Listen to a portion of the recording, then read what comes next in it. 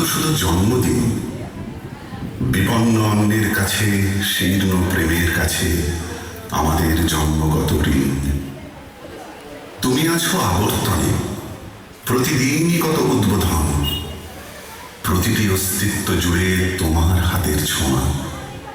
25শে বৈশাখে জন্ম, পুনর্জন্ম 22শে শ্রাবণ। জেগে উঠি, স্বপ্ন দেখি, স্বপ্নের ভেতরে মরে যাই, তোমার বদধ্বনি কান পেতে যেন শুনি।